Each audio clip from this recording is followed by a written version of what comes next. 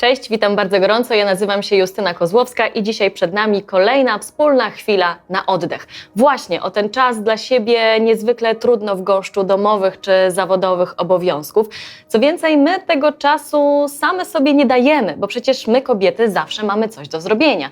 Trzeba wszystko ugotować, przygotować na tip-top, wysprzątać, a czasami wręcz tego czasu sobie odejmujemy, bo z badań wynika, że aż 34% Polek wygospodarowuje czas na rozwój kosztem swojego czasu wolnego lub snu. Przykre, prawda? Ja wiem, że doba ma tylko 24 godziny, ale tę godzinę w skali tygodnia dla siebie naprawdę można wygospodarować i wykorzystać ją maksymalnie. Jak? Dzisiaj opowiem Wam o moich ulubionych sposobach. Zapraszam.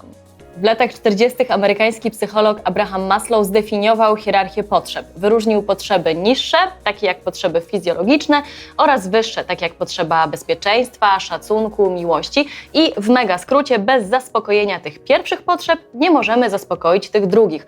Oczywiście później inni naukowcy, psychologowie polemizowali z tą teorią, ale ja widzę po sobie, że rzeczywiście bez tych potrzeb fizjologicznych nie da się funkcjonować. I na przykład u mnie naprawdę czuję, doskwiera mi brak snu. I myślę, że w tym momencie nie jestem jedyna.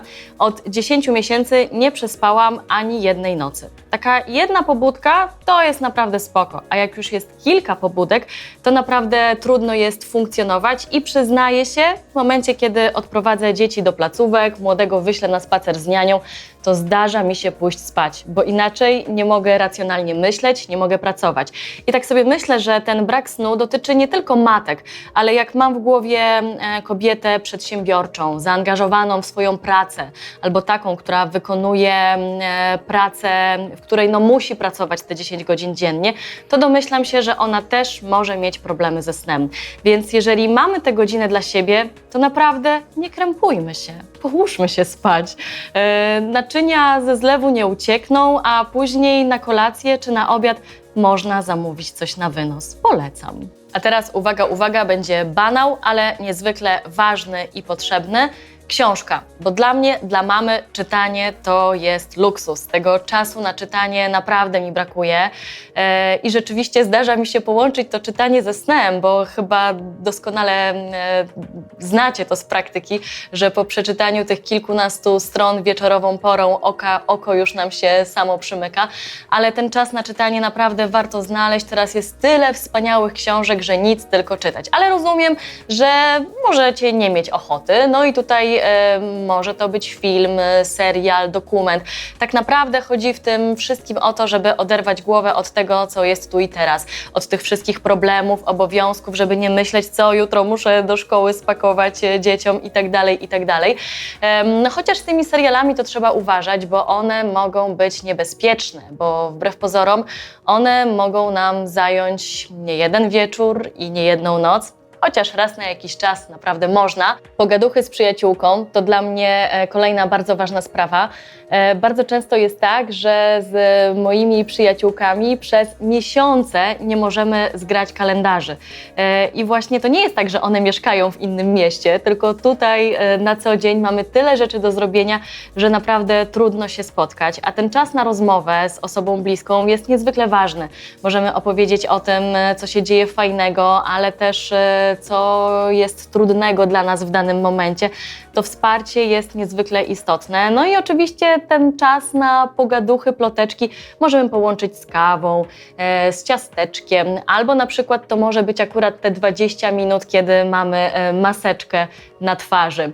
A skoro jesteśmy już przy maseczce, to teraz wjeżdżają wszystkie kosmetyczne bariery i kąpiel.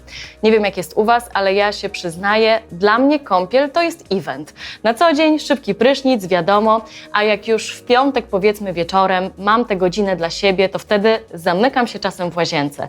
I ta kąpiel, jak jest eventem, to wiadomo, wtedy jest piana, świeczki, wjeżdżają te wszystkie peelingi, maseczki, oleje i po takiej kąpieli normalnie czuję się jak młody Bóg. bogini, więc naprawdę polecam. A jeżeli nie mamy czasu na kąpiel, no bo tak też bardzo często bywa, że wieczorem, kiedy już zrobimy wszystko, co mamy zrobić, to padamy na twarz, no to chociaż zadbajmy o naszą twarz właśnie. Polecam Wam masaż twarzy. Ja wiem, że to może brzmi dosyć skomplikowanie, no bo nie jesteśmy ekspertami, ale nie o to tutaj chodzi. Chodzi o to tak naprawdę, żeby pomiziać tą naszą twarz, poruszyć te wszystkie mięśnie, o których istnieniu bardzo często nie mamy zielonego pojęcia, a to przecież te mięśnie nam tutaj wszystko trzymają. Wystarczy sobie odpalić prosty, szybki tutorial na YouTubie i z ulubionym kremem czy olejkiem trochę pomasować, wykonywać te odpowiednie wszystkie ruchy i to naprawdę sprawia, że poczujemy się dobrze. Kolejna rzecz, która pomaga mi złapać oddech, która pomaga się zrelaksować w ciągu dnia albo wieczorem. W zasadzie nawet pilnuję, żeby ta rzecz się pojawiła, bo ona niezwykle dobrze na mnie działa. To jest joga i ćwiczenia oddechowe. Bardzo lubię jogę, bo joga tak naprawdę nie jest wymagająca, wbrew pozorom. Tak naprawdę wystarczy tylko mata i nasza gotowość. Joga też bardzo uczy nas uważności. Joga pozwala nam lepiej poznać nasze ciało i to jest wspaniałe, że danego dnia robimy daną pozycję, innego nie. Widzimy, jak to, co wydarzyło się w ciągu danego dnia, jak te stresy, obowiązki, jakie one mają na nas wpływ. Ta joga też to naprawdę nie musi być nic wielkiego. To wystarczy 15 minut na macie, rozciągnąć kręgosłup, plecy, niektóre partie mięśni, czy pooddychać. Ja tutaj ekspertem nie jestem, odsyłam Was do Marysi Prokop, która tutaj jest też razem z nami i mam nadzieję, że skorzystacie też z jej treści. A dzisiaj myślę, że fajnie będzie, no właśnie, taka praca domowa dla Was, dla mnie.